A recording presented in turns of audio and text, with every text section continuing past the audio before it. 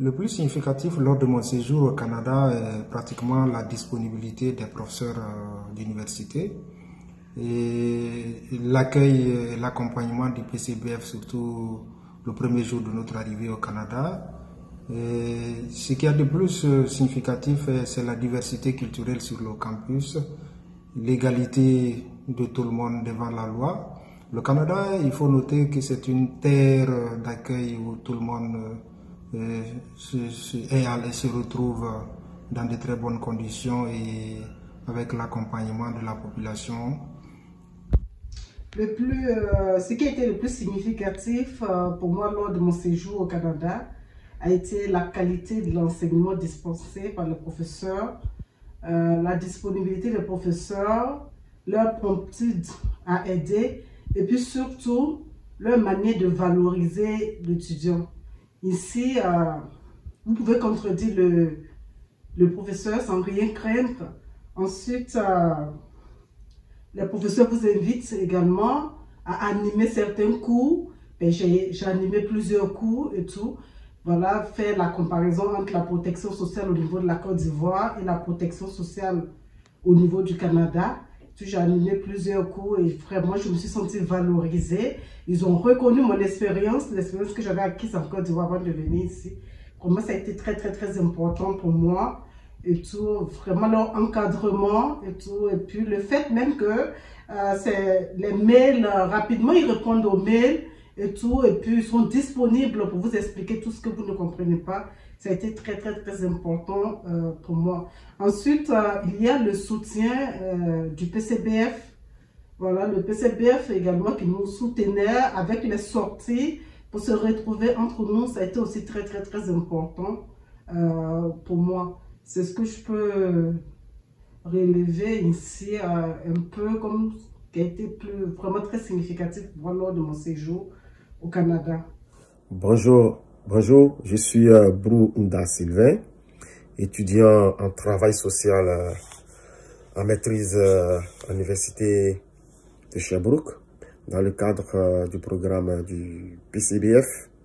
Donc, ce qui a été le plus significatif pour moi lors de mon séjour au Canada, il faut dire que c'est la riche expérience que j'ai partagée avec les structures, les personnes que j'ai côtoyées, que ce soit au plan académique, au plan professionnel, au plan culturel. Ce qui a été significatif pour moi, c'est la qualité et la variété des formations dont nous avons bénéficié. C'est une véritable opportunité pour nous d'avoir suivi cette formation parce que ça permet de renforcer nos capacités pour que nous soyons plus compétents et plus efficaces dans nos différentes interventions. Il faut aussi dire que les enjeux de réussite sont très élevés, ce qui nous oblige à être disciplinés et très organisés pour pouvoir répondre aux attentes de nos différents programmes. Massiri Fofana, au Canada, j'ai fait un programme de maîtrise en écologie. Et ce qui a été plus significatif, c'est l'excellence des enseignements reçus à l'Université du Québec, à Abitibi-Témiscamingue, plus précisément à l'Institut de recherche sur les forêts. Bonjour, je m'appelle Merna Hulantin, je viens de Seychelles, donc je suis séchelloise et très fière de l'être. Grâce au programme canadien de bourse de la francophonie, je suis actuellement étudiante à l'Université de Montréal. Présentement, je fais une maîtrise en administration de l'éducation que je dois terminer très bientôt. Ce qui a été le plus significatif pour moi lors de mon séjour au Canada, c'est l'opportunité de faire une maîtrise qui est entièrement financée par le gouvernement du Canada. Je sais que moi, je n'aurais pas eu suffisamment d'argent pour financer mes études, même si je le voulais. Aujourd'hui, j'ai 2 projets en route et je suis très reconnaissante envers le programme de bourse qui m'a permis d'avoir de nouvelles initiatives pour mon pays. Alors, qu'est-ce que je ramène chez moi dans mon Abidjan natal quand je rentre chez moi? Évidemment. Alors, je ramène chez moi quelque chose d'intéressant. Le sirop d'érable. J'observe ici, ou du moins je fais observer, que le sirop d'érable, en ce qui concerne la province québécoise, c'est 95% à peu peu près de la production canadienne et 3/4 de la production mondiale. C'est quelque chose d'important, le sirop d'érable. Le sirop d'érable, c'est la sève d'érable qui est extraite, qui est passée à l'épreuve du feu et qui, en fonction, ou du moins au fur et à mesure des saisons, se bonifie, s'améliore comme le bon vin.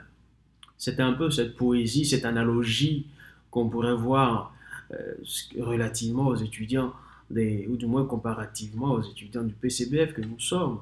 Nous sommes arrivés certes avec des connaissances que nous reconnaissons et qu'il faut reconnaître, mais pour beaucoup, le système était neuf, l'information était nouvelle, il y avait beaucoup de nouveautés, un peu comme pour le sirop d'érable.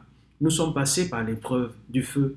Beaucoup diront plutôt non, par l'épreuve du froid. Ils ont raison. Peu importe, nous sommes passés par des épreuves et que nous avons su surmonter. Et au fur et à mesure des saisons, nous nous sommes bonifiés, quitte à donner quelque chose de sucré, qui a du sens, qui a du goût et qui est profitable à l'ensemble de la communauté, un peu comme le sirop d'érable. Avec le sirop d'érable, j'aurai toujours un parfum du Canada avec moi, mais particulièrement un parfum du Québec. Avec le sirop d'érable, je me souviendrai toujours que je suis arrivé avec une forme de saveur à compléter et que le froid canadien a pu passer à l'épreuve et à la fin donner ce que j'ai pu avoir maintenant en termes de connaissances, en termes d'acquis, prompt à être consommé, prompt à être partagé. Et c'est tout le sens de cette analogie que je vous partage. Alors, et qu'est-ce que je pars avec au pays? Bon, dans ma valise, j'ai quelques habits, en tout cas. Et puis, je vais mettre quelques friandises pour mes 2 filles au Burkina Faso. Maintenant, qu'est-ce que je rapporte dans ma valise avec moi du Canada dans mon pays? Bon, je rapporte beaucoup de compétences. Je rapporte trois éléments.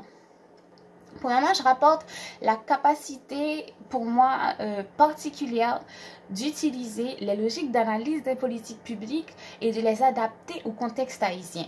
Donc moi, je me suis spécialisée en analyse des politiques publiques. Nous avions fait des exercices de réforme des politiques, voir où sont les failles pour les rendre plus performantes. Et je pense que j'ai acquis la capacité bien spéciale de pouvoir utiliser ces mêmes méthodologies, ces mêmes logiques d'analyse pour les utiliser pour transformer les politiques publiques et particulièrement dans le contexte haïtien. Un exercice que d'ailleurs je commence à faire avec une organisation qui travaille dans la participation citoyenne en Haïti. De ce qui découle, on comprend que ce que je peux rapporter de chez moi comme valeur, c'est cette humilité et cette rigueur scientifique et la proximité du personnel quand on travaille, quand on encadre des gens. Ça doit être relevé, mais aussi la résilience et la rigueur scientifique, ça, c'est des choses qu'on doit rapporter et essayer de pérenniser dans le temps. Alors, deuxième chose, ce que je rapporterai dans ma valise, dans mon pays, c'est le sens de l'écoute.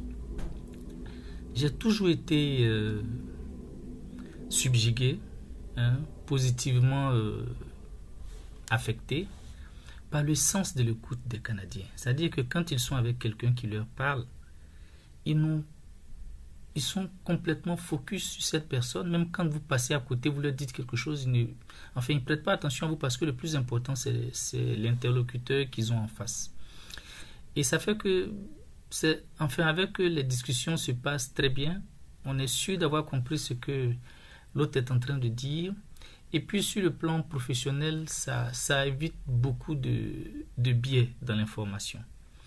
Donc je rapporterai avec moi ce sens de l'écoute du prochain, que ce soit professionnellement ou bien dans la société en général. Apprendre à écouter, faire attention à la personne et ne pas forcément vouloir écouter 2 ou 3 personnes en même temps dans un souci, dit-on, de rapidité, mais je pense que c'est pas vrai. Non seulement c'est pas rapide, mais c'est pas productif.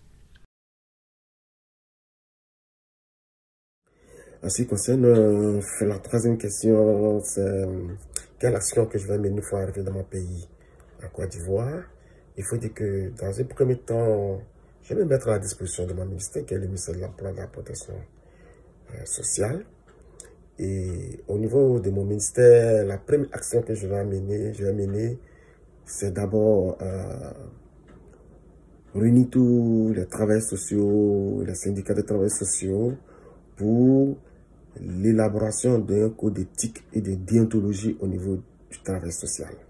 C'est très important pour nous parce qu'actuellement, nous exerçons dans le domaine du travail social, mais il n'y a pas de code d'éthique et de déontologie pour orienter, pour cadrer la profession.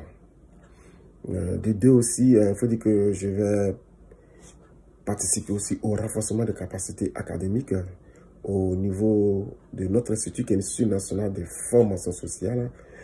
Ensemble, nous allons revoir les curricula de formation, nous allons revoir les modes d'évaluation, c'est-à-dire repenser même tous les programmes au niveau de toutes les écoles qui constituent cet institut, que ce soit l'école d'éducateur spécialisée, l'école d'éducateur préscolaire, l'école des assistants sociaux, l'école des maîtres d'éducation spécialisée.